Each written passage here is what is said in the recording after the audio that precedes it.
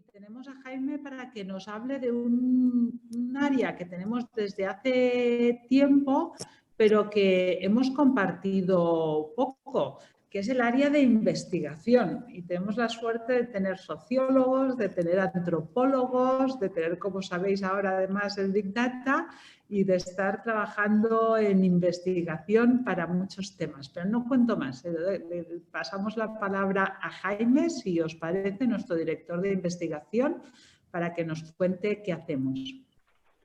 Perfecto, pues muchas gracias, Nuria. ¿Me confirmáis, por favor, que vemos todos la presentación que hemos puesto? No la vemos. No la vemos. Yo no la veo.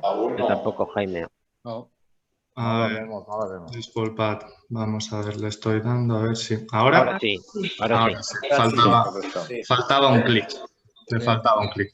Bueno, como bien ha dicho Nuria, el objetivo de esta presentación de ahora es mostraros 4 casos que son representativos o destacados de lo que podemos hacer en el departamento de investigación y ya de paso compartir a través de ellos lo que es la visión de cómo entendemos la consultoría de investigación dentro del equipo de Atrevia, en el que me adelanto, considero que es un día en el que nos hemos dado cuenta posiblemente que necesitamos más que nunca mejorar la cultura de investigación que tenemos, sobre todo si queremos seguir ligando nuestras emociones y nuestras inversiones a las previsiones que nos dé esta disciplina. Entonces, como os digo, lo primero que me gustaría para que ubicarais qué tipo de investigación hacemos en Atrevia es comentaros que todo proyecto al final que esté centrado en las personas es susceptible de tener al menos una fase de investigación. Es decir, no nos encajéis solo con comunicación, sino pensar que podemos trabajar con comercial, con marketing, con innovación, con digital, con cualquier departamento que al final lo que busque es entender a las personas y a partir de ahí generar soluciones o marcar sus planes. Y también pensar que podemos estar tanto en la fase del inicio, cuando hay que tomar las decisiones, cuando hay que elegir, cuando hay que decidir por dónde tiramos, como también realizando un tracking de lo que es cualquier proceso en el cual vamos midiendo continuamente lo que va sucediendo o, por último, cuando ya hemos acabado el proyecto y queremos ver el impacto o el éxito que hemos tenido en el proyecto. Por lo tanto, en cualquier departamento y en cualquier momento siempre es una buena oportunidad para meter un proyecto de investigación. En esta línea, el primer proyecto del que os quería hablar es el plan de reputación del sector porcino de capa blanca que realizamos para Interporc, para el interprofesional del sector porcino, aquí en España. En un contexto, como sabéis, pues bueno, de elevada incertidumbre en el que el sector ganadero en general y el porcino ha sufrido muchos ataques, realizamos un estudio cuyo objetivo va más allá de simplemente decir cómo está la reputación, sino a partir de los datos que obtenemos de cómo está la reputación de este sector, ser capaces de generar iniciativas y ser capaces de generar soluciones que ayuden a mejorarlo. Primer punto, no investigamos únicamente para conocer cómo es la realidad, investigamos para a partir de ahí ser capaces de poder cambiarla. ¿Qué hicimos en este proyecto? Para que ubiquéis un poco cómo trabajamos. Bueno, primero trabajamos internamente con los diferentes actores del sector, trabajamos con los miembros de Interporc, de las ganaderas, de las distribuidoras y demás para entender cuáles eran sus problemas. Después con esto abrimos el círculo y nos fuimos a todos los que eran sus públicos expertos que les eran de interés y hablamos con políticos, hablamos con directores de responsabilidad social corporativa de empresas de retail, hablamos con nutricionistas, con médicos, con veterinarios, al final con cualquiera que tuviera un conocimiento experto que pudiera ser relevante para ellos. Y después de ello nos fuimos a la población, al consumidor o al ciudadano y vimos hasta qué punto todas estas acciones que estaban desarrollando el sector tenían un impacto o no tenían impacto dentro de lo que al final nos interesa, que es el público más grande. ¿Qué tipo de insights o qué tipo de información podemos suministrar en un proyecto de reputación como este? Pues bueno, desde detección de cuáles son los grandes campos donde se juega la reputación de cada empresa o de cada sector, la relación de los objetivos que están haciendo con las macrotendencias que hay actualmente, tanto nacionales como internacionales, detección de tensiones que haya entre el trabajo realizado y la percepción que tenga la ciudadanía, predicción de cuáles pueden ser las amenazas reputacionales que nos vengan y cómo pueden evolucionar, o incluso el impacto que tienen las acciones de responsabilidad social corporativa que hace cualquier empresa en el consumo. Es decir, cómo hasta cierto punto los comportamientos que tú tengas para mejorar el bienestar animal o para mejorar la sostenibilidad tienen un impacto real en tus ventas. Esto con respecto al primer estudio que os quería mostrar, que como veis es muy completo y estamos ayudando a hacer un plan de acción de todo un sector a través de la investigación. Jaime, perdona. Si Dime. pones modo presentación, lo veremos un poquito más grande, que se ve pequeñito. Si no. Perfecto. ¿Así mejor? Perfecto. Muchas gracias. En cuanto al segundo proyecto del que os quería hablar, si bien os decía al principio que un proyecto de investigación nunca está de más cuando queremos entender a las personas y a partir de ahí diseñar, os hablaría de que precisamente porque entendemos a las personas, porque tenemos metodologías, tenemos equipo que está preparado para comprender más allá de los discursos preestablecidos o de tal, no nos quedamos en la descripción, sino que le damos una interpretación experta. ¿Qué queremos decir con esto? No somos expertos, por así decirlo, en todas las temáticas que estudiamos, pero sí somos expertos en investigación, lo cual nos permite cualquier tipo de proyecto poder abordarlo independientemente del saber que implique. Aquí nos gustaría comentaros un proyecto que estamos relacionando ahora junto a Fundación Mapfre y que ahora mismo todavía no podemos dar los resultados porque, bueno, la presentación será dentro de muy poco, en el cual lo que hemos hecho es un estudio de cómo está actualmente el consumidor senior, el consumidor mayor de 55 años. Hemos hecho una gran encuesta telefónica para asegurar la robustez metodológica, en la cual lo que al final queremos poner en valor es a este segmento como un motor económico, como un sostén en tiempos de crisis y al mismo tiempo mostrar pues que no es un sector que ni mucho menos es como era hace 20, 30 años, mayores de 55 años, sino que tienen una serie de aspiraciones, una serie de búsquedas. Disculpad.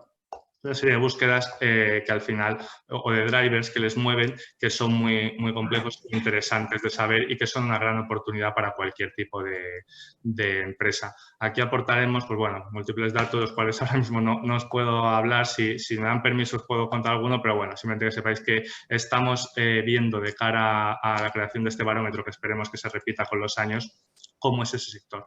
Pero es que podemos ir más lejos en nuestra comprensión y si bien aquí lo hemos enfocado desde un punto de vista más cuantitativo de números, podemos ir a una parte más cualitativa también, en la cual utilizamos la antropología o la etnografía acercándonos a entender qué hay detrás de los datos. Es decir, qué hay detrás de ese 60%, por ejemplo, de personas mayores de 55 años que siente que su situación no va a empeorar. Es un dato interesante de por sí, pero hay que ver cuál es el porqué que lo mueve y cómo lo explicamos.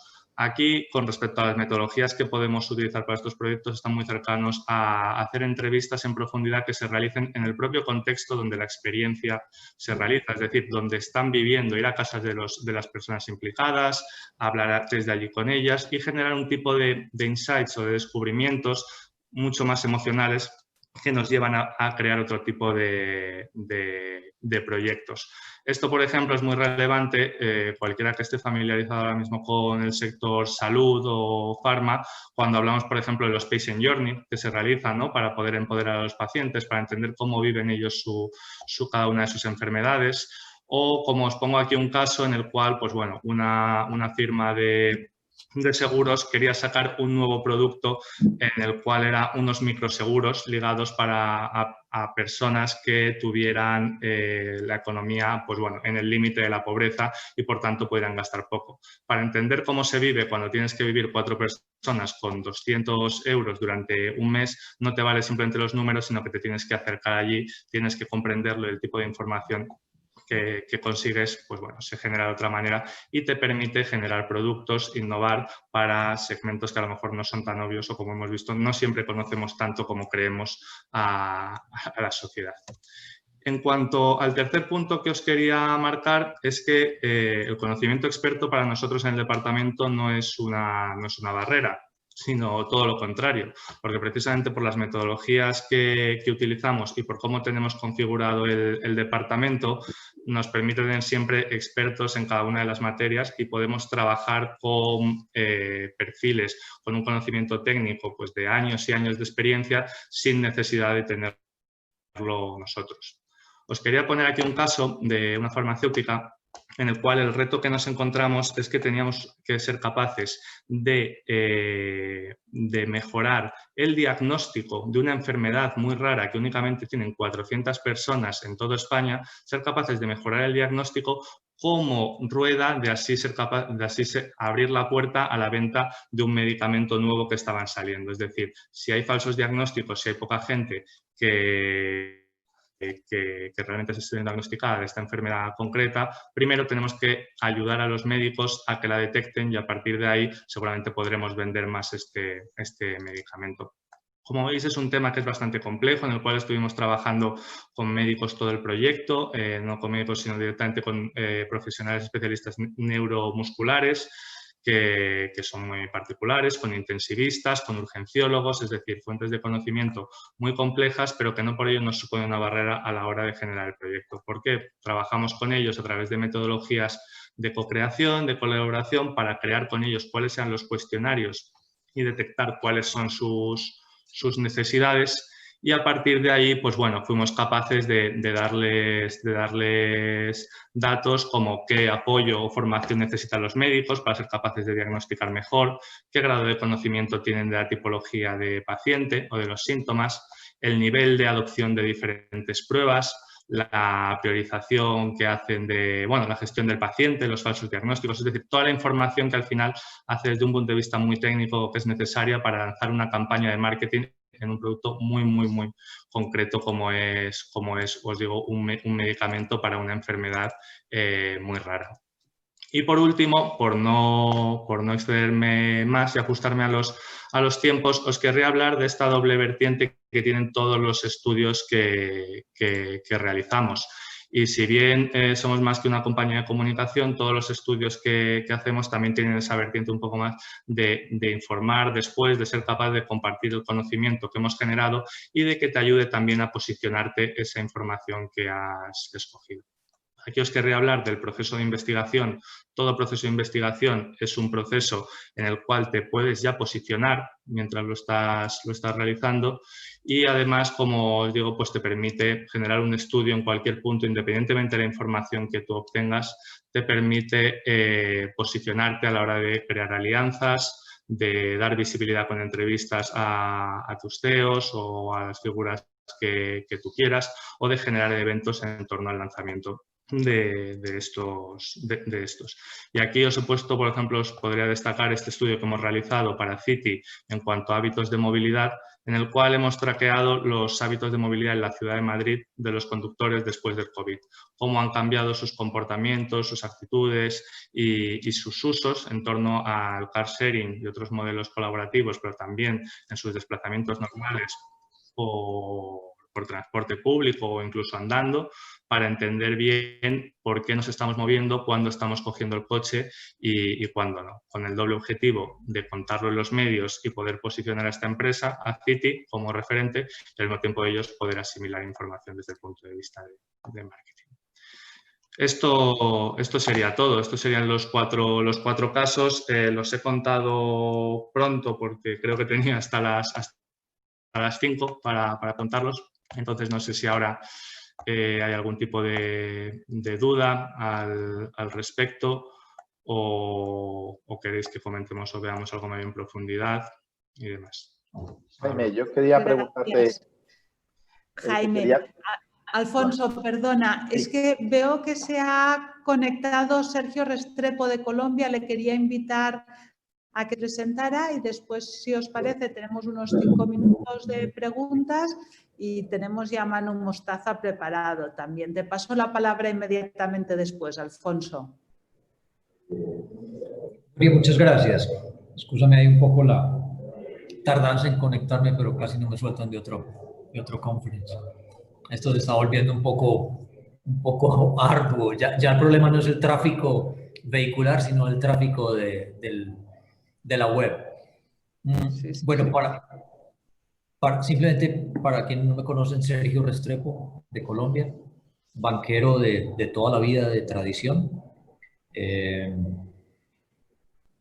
casado, dos hijas ya mayores, y ingresé acá al consejo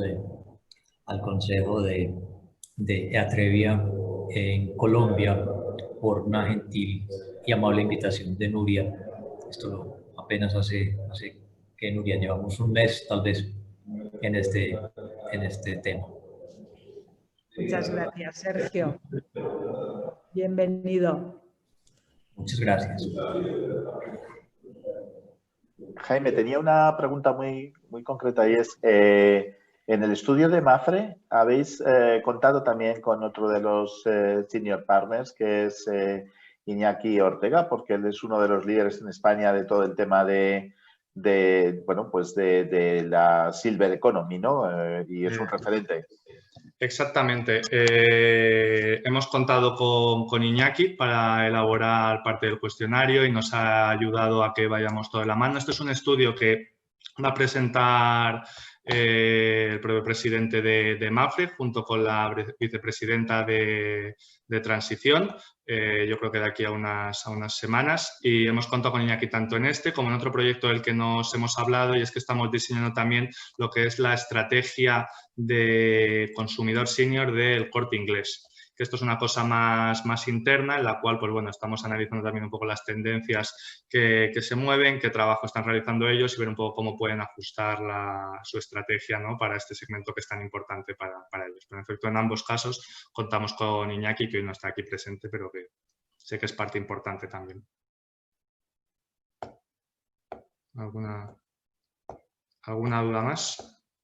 Sí, yo tenía otra, Jaime. Los estudios normalmente los hacéis por encargo, claro, de una compañía, pero luego se quedan para información de la compañía y su posicionamiento, o también repercuten desde el punto de vista reputacional para Atrevia. ¿Se hacen públicos o son para de uso, investigación, desarrollo de sus productos, nada más? No, en la mayor parte de los casos nosotros vamos con marca blanca, es decir, nosotros trabajamos para el cliente, evidentemente, si luego tenemos como ahora que contarlo o si tenemos que posicionarnos para decir, oye, hacemos investigación, lo contamos, pero nosotros siempre entendemos que nuestro papel es más de apoyo, de hacer un trabajo técnico y de ayudar a que sea el cliente el que de verdad brille y el que de verdad se saque el foco. Es poco relevante que lo hayamos hecho nosotros ese estudio. Si es verdad que algunos estudios, por ejemplo, ahora pues tenemos alguno que a lo mejor tiene un poco más sentido. Estamos realizando uno con CEAPI, entonces ahí sí se habla de CEAPI, pero no de Atrevia, ¿no?, que también es muy relevante, en el cual entrevistamos a 125 grandes empresarios de LATAM y aquí por relevancia sí aparece CEAPI, pero no Atrevia, que de nuevo te digo, estamos más en la sombra. Y muchas veces directamente es que no se comunican, es más información de marketing para tomar decisiones o de comercial.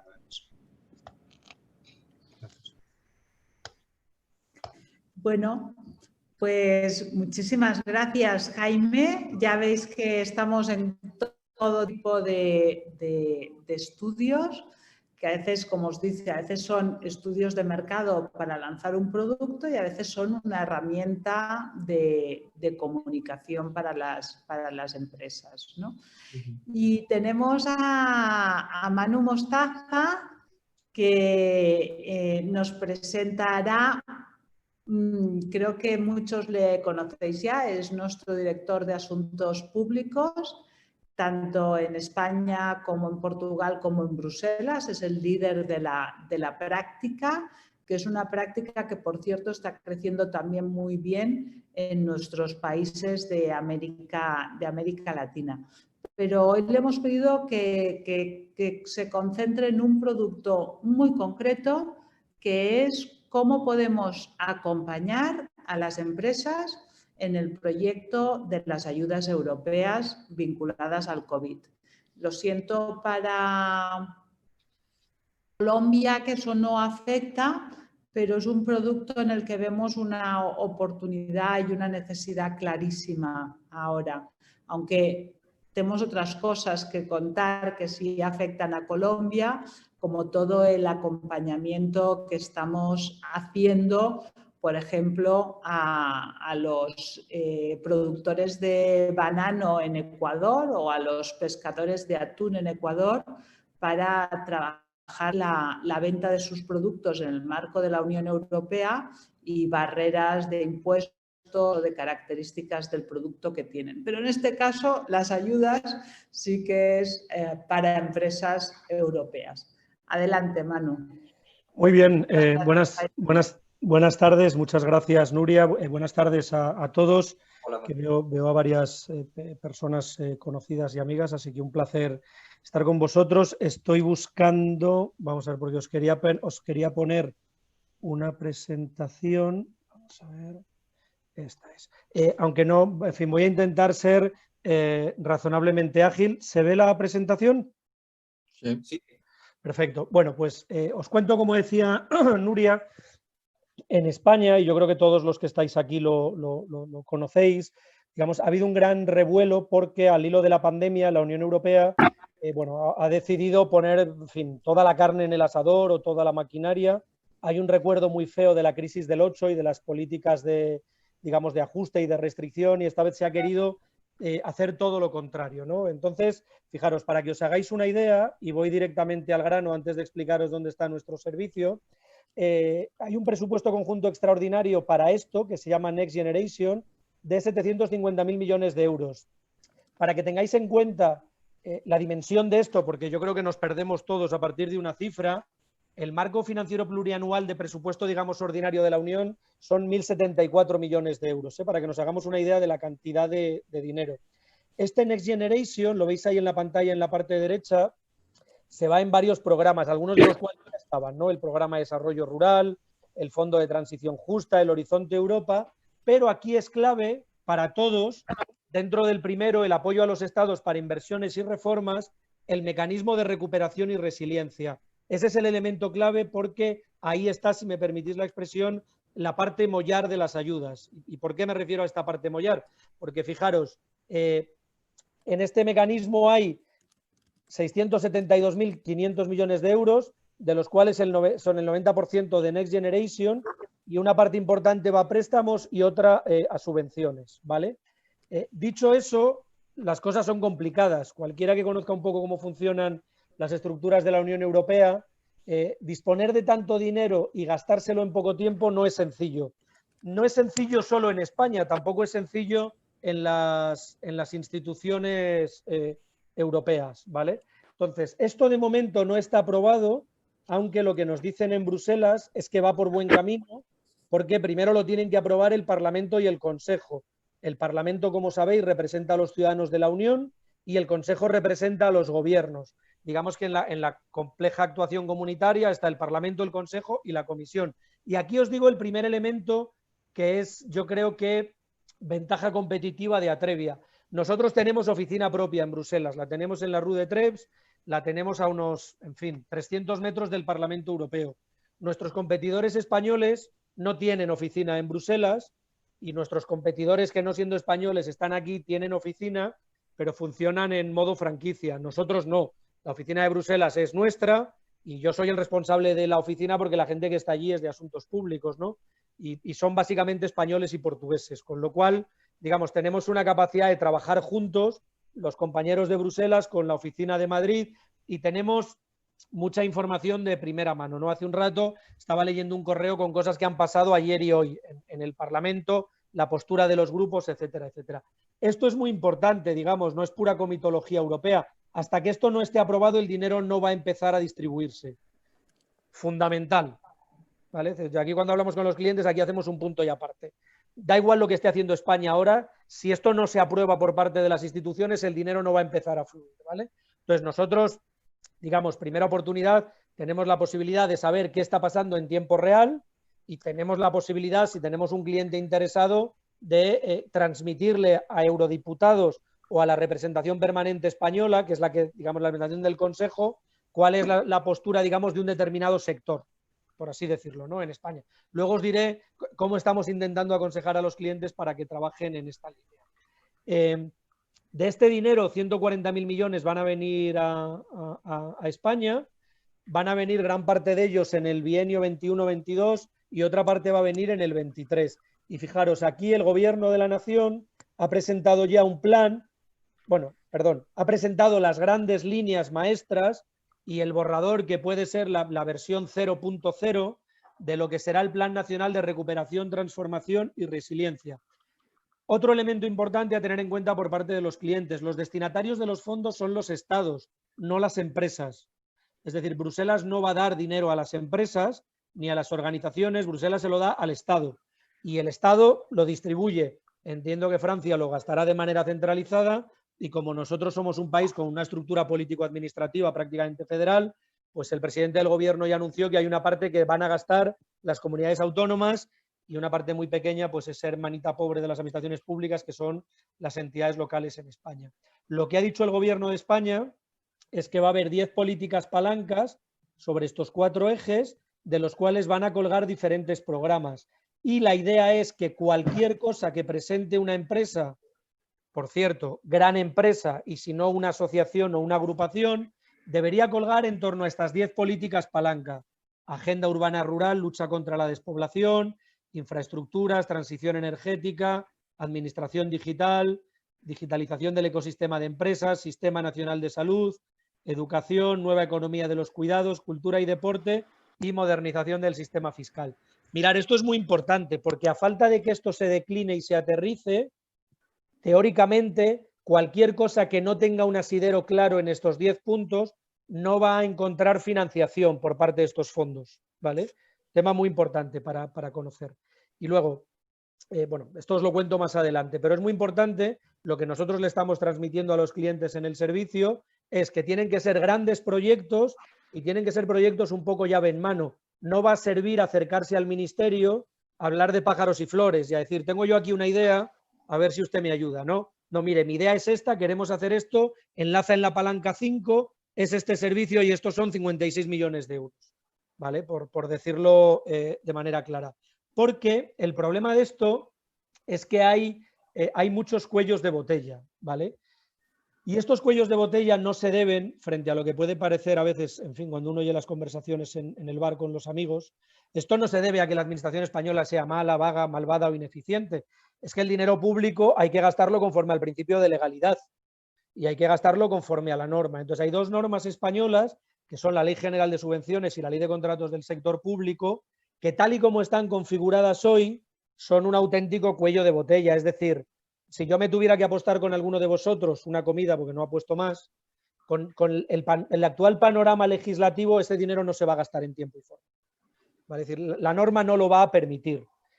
¿Qué está haciendo el gobierno? Pues hay un grupo de trabajo que encabeza la vicepresidenta Calvo para, mediante un Real Decreto Ley, modificar tanto la Ley General de Subvenciones como la Ley de Contratos del Sector Público para permitir que esto se pueda gastar rápido o que por lo menos el gasto se comprometa rápido. Ese es un elemento fundamental, que el gasto se pueda comprometer rápido. ¿Cuál es nuestro servicio? Digamos, por una vez he hablado de esto, ¿no? Nosotros les decimos a los clientes, nosotros estamos en Bruselas y en Madrid, cosa que de facto nadie más está, porque aunque nuestros competidores digan que están, no están, y los que están hablando en polaco o en lituano, con la lengua común que es el inglés o el francés, pero no entienden ni cómo funciona España ni nuestro ecosistema político-administrativo. Nosotros podemos ayudaros a declinar vuestro proyecto, a ver en qué medida encaja en estas 10 líneas palanca o en las 30 que se están bajando ahora mismo, pero sabiendo y sin que nadie se ponga nervioso que todavía el Estado español no tiene un plan claramente definido, ni siquiera las comunidades autónomas. Ahora, nosotros somos capaces de hacer seguimiento. Nosotros sabemos en tiempo real si a nuestro cliente le interesa Navarra, que veo aquí a Juan Miguel, pues o si le interesa Castilla-León, nosotros somos capaces de saber que el gobierno de Castilla-León puso en marcha hace 6 días una comisión que va a dirigir el consejero de Hacienda, que va a ser el que va a dirigir esto. Y podemos ayudarle a declinar esto en Castilla-León y a que se lo presentemos al consejero. Pero es muy importante que sean grandes proyectos. Presidencia del Gobierno habla de proyectos a partir de 25 millones de euros, con lo cual todo lo que no sean muy grandes empresas, en principio del IBEX o similar, no deberían ir solas, deberían ir a través de agrupaciones sectoriales, ya sean agrupaciones que ya están constituidas o agrupaciones que se constituyan ad hoc, digamos, ¿vale? Pero aquí hay que explicarle a una pequeña empresa o a una empresa mediana que lo va a tener difícil. Lo va a tener difícil para presentar su proyecto, no para luego beneficiarse, porque esto es otra línea. Digamos, nosotros estamos aquí para ayudar a presentar proyectos que puedan ser tenidos en cuenta por la Administración General del Estado o por la Administración de las Comunidades Autónomas en su caso, y luego para ayudarle a una vez que esto sale, cuál es la mejor forma de obtener ese dinero, ¿no? Si es a través de un programa de colaboración público-privada, si es a través de una subvención directa, si lo permite la norma una vez reformada, si es a través de un contrato negociado por la razón específica de la materia.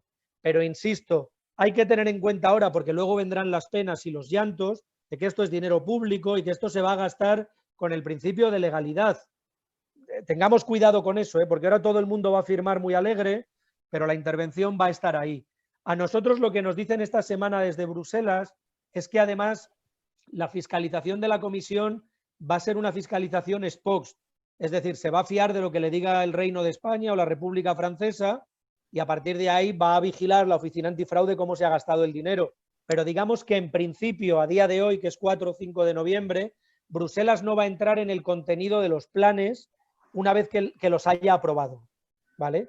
Digamos, España los tiene que presentar, los países los presentan antes del 31 de diciembre, hay un proceso de validación, perdonar, por parte de la Comisión y del Consejo, que habréis ido por ahí, no os quiero aburrir mucho con este tema, que hay mucha polémica porque varios estados quieren vincularlo al cumplimiento del Estado de Derecho, una cosa que nos hubiera sonado a chiste hace 10 años, pero que ahora es muy seria, ¿no?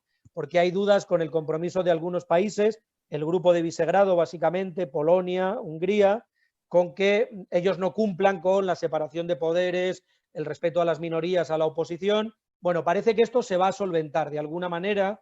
Había buenas palabras en el Parlamento Europeo hoy, por lo que me ha dicho nuestra gente de Bruselas, Nicola, Caro, los consultores que tenemos allí. Entonces, digamos, en el mejor de los mundos, a 31 de diciembre todos los estados han presentado el plan, en el mejor de los mundos no hay ningún retraso y en el mejor de los mundos, con un proceso de ida y vuelta, en marzo-abril tenemos aprobados todos los planes. A partir de ahí la Comisión ya no va a decir nada. Entiende que España va a gastar bien el dinero y hará un control ex post. ¿Esto qué significa? Que el dinero que venga tiene que ser un dinero que contribuya a la transformación de la economía española. Es decir, por ejemplo, el dinero de los ERTES viene de otro mecanismo. El dinero de aquí no va a ir para gasto corriente y no debería ir para gasto recurrente. Debería ir para acciones transformadoras de la economía española que nos ayuden a salir más fuertes de la pandemia, igual que debería pasar en todos los países europeos. Y con suerte, en el escenario panglosiano del mejor de los mundos posibles, el dinero deberá empezar a venir y deberá poder España empezar a comprometer el gasto en el verano. Hay gente que habla de mayo, yo creo que no va a ser antes de junio, pero nos podemos equivocar porque esto no está claro. Y lo que le transmitimos a todos nuestros clientes es esta maravillosa frase de Malcolm Gladwell en la época de los travels en Irlanda del Norte, para que no se desesperen, porque nunca Europa había movilizado tanto dinero, nunca España había recibido tanto dinero en tan poco tiempo, hemos recibido mucho menos y hemos tenido problemas para gastárnoslo. Luego, no nos preocupemos si tenemos confusión, porque las cosas están cambiando casi todas las semanas. Nosotros les decíamos hace un mes a los clientes, las comunidades autónomas acabarán teniendo un papel fundamental en el gasto y estamos seguros, por la debilidad parlamentaria del gobierno y por la configuración de nuestro Estado. Bueno, pues esto salió hace 10 días. Es decir, intuimos cosas que van a ir pasando y muchas de ellas se van cumpliendo. Ya tenemos algún cliente que nos ha contratado este servicio y ya digo, lo que estamos haciendo es ofrecerles seguimiento, que una parte es intelligence y otra parte es un seguimiento que no pueden hacer ellos, porque no tienen por qué saber qué está pasando en Extremadura con esto, ayudarles a declinar sus proyectos intentando ponerles cara y ojos, ayudarles a que se lo presenten a las administraciones que correspondan, bien sea la Oficina Económica de Moncloa, que de momento es quien está pilotando esto, bien sean las comunidades autónomas, y a partir de ahí un acompañamiento por lo menos hasta el verano para, una vez que esto esté, ver cómo podemos presentarnos y cómo podemos hacer que nuestros clientes se beneficien de estas ayudas. Y esto es así resumido lo que os quería contar. Pues muchísimas gracias. Este servicio tiene además de bueno que algunas compañías son conscientes, algunas que son muy B2B, que son desconocidas, que no tienen ningún tipo de posicionamiento ni en la opinión pública ni en la administración.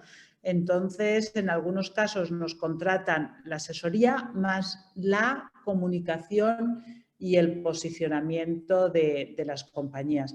Pero bueno, adelante con las preguntas o comentarios. Sí, tenéis, claro. Que no sean muy difíciles, por favor. Manu, yo quería preguntarte, igual que Europa tiene este plan de Next Generation, en el caso de Latinoamérica, ¿no hay algo parecido por parte del Banco Interamericano Hasta donde de yo desarrollo? hasta donde yo sé, no. Por lo menos a día de hoy.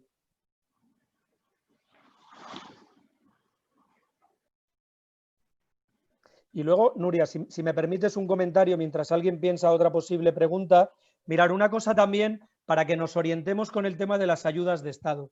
Está habiendo muchas críticas al Gobierno de España porque está aprobando muy pocas ayudas de Estado. Se ha aprobado la de Europa, nosotros estamos peleando por alguna para un cliente. Hay que hacer bajar a la realidad a los clientes. España no tiene dinero para pagar ayudas de Estado, tiene muy poco. Alemania tiene más dinero que el resto de estados juntos para pagarlo. Por eso Alemania está dando mucho dinero a sus empresas y España lo está fiando todo a este fondo, ¿vale? Es un problema de dinero, digamos, no es un problema de otra cosa, ¿vale? Manu, yo tenía una pregunta. En este servicio, ¿con quién estamos compitiendo? Porque entiendo que habrá otros actores también canalizando fondos. Y luego está también el proyecto que ha abierto la COE, que hasta donde yo sé se lo ha asignado Price, que no sé muy bien qué está haciendo con esto. Pues mira, es un tema confuso, Alberto, y esta es un poco la pregunta del millón. Mi sensación es que en realidad vamos a competir con muy poca gente. Todo el mundo se ha lanzado a sacar un servicio de ayudas, pues las Big Four y grandes empresas, poniendo a socios que tenían ociosos por la caída de la carga de trabajo a liderar esto. Pero yo tengo la sensación de que muy poca gente sabe en realidad qué se está haciendo aquí. Lo sabe la gente que tiene COE y lo sabe Presidencia del Gobierno y la REPER. Entonces, yo creo que, digamos, en teoría vamos a competir con muchas consultoras, en teoría. Yo creo que en la práctica vamos a competir con 2 o 3, porque muy pocas van a tener información real de Bruselas, información real de Moncloa e información en tiempo real de COE. Y yo creo que nosotros, por suerte y por el trabajo que se hace y mucho también por el que hacéis vosotros los consejeros, yo creo que vamos a tener de las 3. Entonces, creo que vamos a tener poca competición, pero estamos saliendo a un escenario que se está dibujando, ¿eh? Es decir, aquí no está el campo de juego fijado, no están las líneas pintadas y no sabemos si el partido dura 90 minutos, si hay fuera de juego, si vale meter gol en propia meta o coger el balón con la mano. Entonces, estamos todos todavía viendo cómo se están definiendo las reglas. De hecho, con la COE y gracias a Juan Miguel Sucunza, tuvimos una reunión con la persona que dirige este área, que lo han fichado de Deloitte, creo, y que es súper listo y él nos veía más como colaboradores, es decir, el trabajo que tiene es infinito y después el triturar toda la legislación y todas las posibilidades a medida de una empresa y el plan de acompañamiento, la COE no lo puede dar. Lo puede dar con algunas empresas muy grandes, pero ni siquiera con las asociaciones y tal. Y en ese sentido no, nos veía como algo complementario, no como una competencia. Ahí, Juan Miguel, tú que propiciaste la reunión, no sé si quieres comentar. No, es lo que estás diciendo tú. No sé quién ha mencionado, perdón, porque no lo tenía en la pantalla, que COE contrató a Pricewaterhouse, y esto es cierto, pero luego fichó a Luis Socias, que es la persona que está trabajando y que es el jefe de la Oficina Técnica de Apoyo para fondos europeos, y es la COE la que se está encargando de hacer llegar el grueso, por decir así, a las empresas que somos, o a las empresas o a las asociaciones miembros de COE, perdón. Pero claro, obviamente, de esto me voy a repetir lo que acabo de decir, perdón. Pero obviamente necesita de empresas como Atrevia para luego gestionarlo directamente con las empresas, ¿no? Y en relación con lo que ha dicho Manuel, yo también estoy de acuerdo que no hay nada más claro que un buen lío. porque realmente aquí yo creo que se aclaran muy pocas personas. Una, yo por lo que veo ahora, sois vosotros o somos nosotros, Atrevia, otra es la COE y otra es Moncloa, porque ni siquiera en los ministerios o en las comunidades autónomas tienen las cosas claras. En las comunidades autónomas lo que más les encantaría es aquí en el norte hacer frontones y seguramente en el sur hacer estadios de fútbol, ¿no? Pero yo creo que todo esto va por otro lado, por los puntos principales que ha explicado de una forma muy clara Manuel. Perdona, ¿este servicio lo estás dando también a empresas no españolas? Me refiero a portuguesas en este caso. A ver, la verdad es que ahora mismo estamos centrados en España. Pero bueno, es verdad que como una de las personas que tenemos en Lisboa, perdón, en Bruselas, tiene doble nacionalidad, estamos también en contacto con ellos, sobre todo para seguir qué está haciendo Portugal. Pero bueno, sí, es un buen apunte. Sí. Pero sí, o sea, es así, sí se puede. Pues nos acercamos, nada, a un minuto para el cierre. Intentamos ser muy puntuales para no abusar de otro tiempo. Os enviaremos los PowerPoint, si os parecen de interés, una pequeña encuesta que siempre enviamos después, y cualquier sugerencia, comentario, pues aquí empieza a partir de estas presentaciones empieza el trabajo, el diálogo de seguimiento de estos temas. Y nada, preparando el próximo encuentro de aquí a un mes.